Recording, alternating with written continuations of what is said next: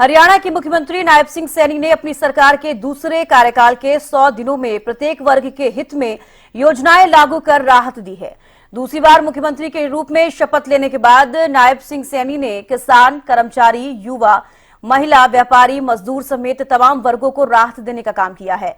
CM के 100 दिन के कार्यकाल को लेकर आम जनता से लेकर कैबिनेट मंत्री तक जमकर तारीफ कर रहे हैं। वहीं अब इसको लेकर 27 जनवरी को CM Nayab Singh Saini press conference करेंगे। इस प्रेस कॉन्फ्रेंस में 100 दिन के कार्यकाल के बारे में जानकारी देंगे। मैं 100 दिन के बाद प्रेस करने वाला हूं, आपको आमंत्रित करूंगा। आप वहां आइए और बिल्कुल लिखिए, फिर उसके अंदर दिखाइए भी हमने 100 दिन में क्या क्या काम किया। मैं 100 दिन के बाद प्रेस करने वाला हूं, आपको आमंत्रित करूंगा। आप वहां आइए और बिल्कुल लिखिए, फिर उसके अंदर दिखाइए भी हमने 100 दिन में क्या क्या काम किया। 100 दिन व्यर्थ किए हैं, कोई काम ही नहीं, कोई अचीवमेंट ही नहीं है। किस चीज का ब्यौरा मांग रहे हैं? कोई दिखाए तो सभी हमने ये किया है। बेरोजगारी इतनी बढ़ गई, मतलब 13 पोस्ट निकली हैं पीएन की, वहाँ 5700 बच्चों ने किया, जो कि वेल क्वालिफाइड है, एमए है, बीए है, एमफिल है, एमकॉम है, बीकॉम है। तो ये तो परिस्थिति है, कानून व्यवस्था बिल्कुल चरमरा गई।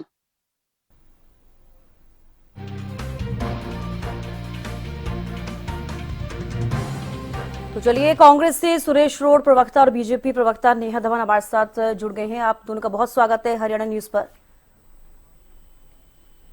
हाँ जी, नमस्कार।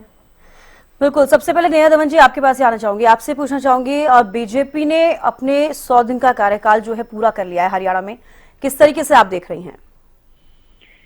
देखिए चविष्का, 100 दिन के जो ये तीसरे कार्यकाल का समय रहा है भारतीय जनता पार्टी की सरकार का, ये बहुत ही सुनहरे पल मैं कहूंगी रहे हैं, क्योंकि जो वादे हमने चुनाव से पहले अपने घोषणा पत्र में किए थे, उन वादों को हमने 2014 में भी पूरा किया, 19 में भी पूरा किया, और जो अभी हमने वादा किया था, माननीय नायब सिंह सैनी जी ने चुनाव से पहले कहा था कि मैं मेरे आते ही जो है युवाओं की नौकरियों को जो है उपलब्ध कराऊंगा। तो सबसे पहले हरियाणा में 24,000 जो युवा साथी थे उनको नियुक्ति पत्र जारी किया, और खुद के जो है ज्वाइनिंग भी उन्होंने बाद में की। तो सबसे बड़ी उपलब्धि तो इन 100 दिनों में ये मानी जा रही है।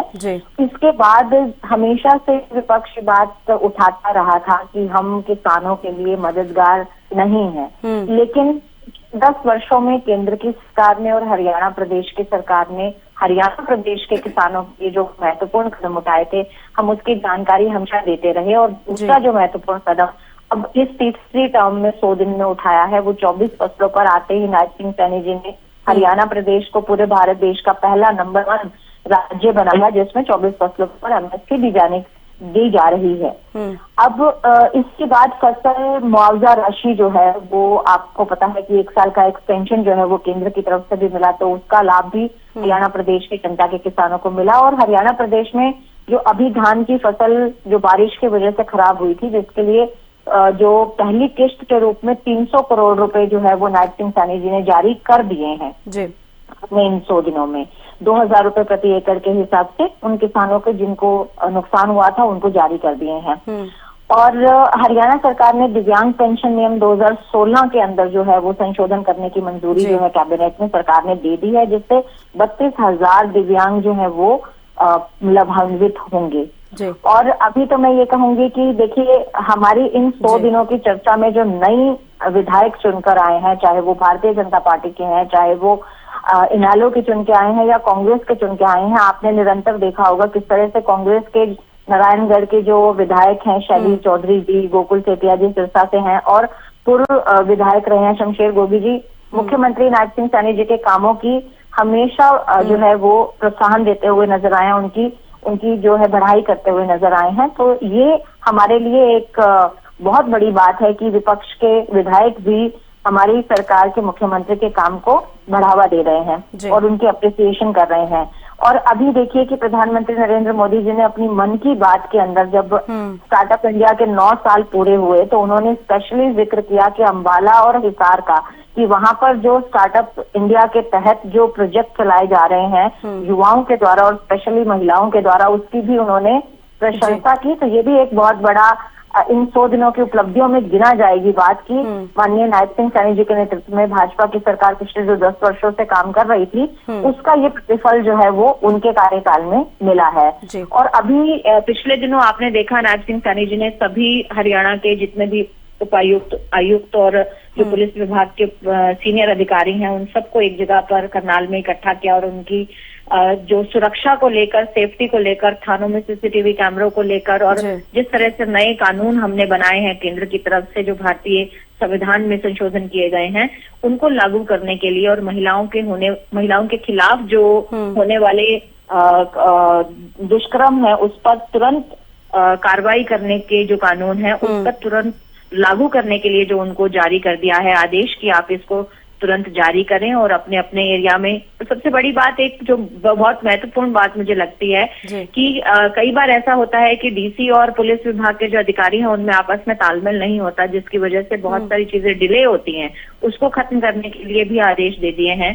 अभी रिसेंटली जो है मैं कहूंगी कि जो हमारे ये आड़ती हैं उनकी कमीशन को जो 40 रुपए प्रति क्विंटल के हिसाब से दी जाती थी उसको बढ़ाकर माननीय नायब सिंह सैनी जी ने 55 रुपए प्रति क्विंटल कर दिया है। ये भी एक बड़ी बात है और इसके लिए 309 करोड़ रुपए की राशि भी जारी की जा चुकी है।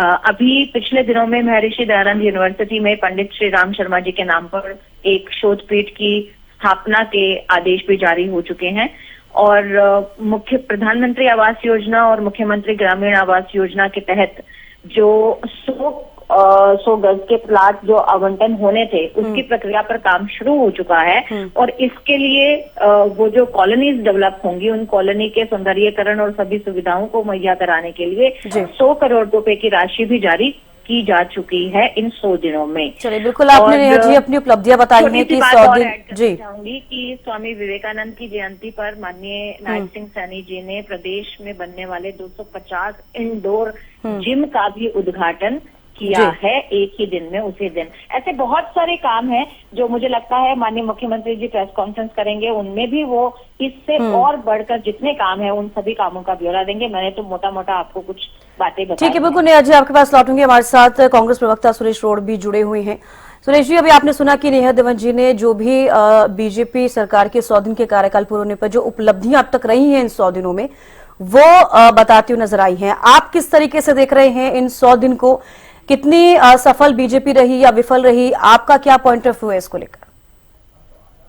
देखिए, भारतीय जनता पार्टी ने चुनाव से पहले खुद माननीय मुख्यमंत्री श्री नायब सिंह सैनी जी ने, क्योंकि वो चुनाव से पहले भी मुख्यमंत्री थे, बतौर मुख्यमंत्री हरियाणा घोषणा की थी चुनाव में जाने से पहले कि हम धान को 3100 रुपए प्रति क्विंटल एमएसपी के रेट पे खरीदेंगे, जैसे 24 फसलों का डंडोरा पीटते हैं।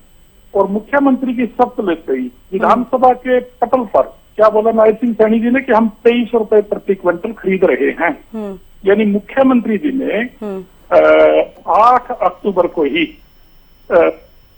2300 और 3100 800 रुपए का अपने आप ही वादा खिलाफी का सबूत हरियाणा की विधानसभा में 90 के 90 विधायकों के सामने प्रस्तुत कर दिया। ये वादा खिलाफी की है। बेटी बचाओ बेटी पढ़ाओ की बात या नारी शक्ति के खिलाफ क्राइम कंट्रोल करने की बात बीजेपी की प्रवक्ता साथी अभी बोलती नजर आई मुझे सुनी। तो मोहनलाल बड़ोली जी जो हैं उन पर इतना गंभीर आरोप है। कांग्रेस की बात छोड़िए, बीजेपी के कदावर नेता श्री अनिल भी कह चुके हैं कि भारतीय जनता पार्टी की राजनीति में पवित्रता बनाने के चलते उनको इस्तीफा दे देना चाहिए। क्या कार्रवाई की है? इन्होंने कहा दुष्कर्म के आरोपों के ऊपर हम कानून लेके आए हैं। वो कानून आपका गलत साबित हो रहा है। खुद आपकी पार्टी के प्रदेश अध्यक्ष के ऊपर संगीन आरोप है और आप उसके ऊपर क्या कार्रवाई की बताइएगा। आपने संदीप सिंह पूर्व मंत्री से उनके खिलाफ कोच एक हमारी बेटी ने शिकायत की थी, बताइए उस पर क्या कार्रवाई की है जी। तो ये जो इन्होंने अभी बातें बोली या जो बीजेपी बोल रही है, ये सारी जो ये करते हैं उसके उल्ट बोलते हैं।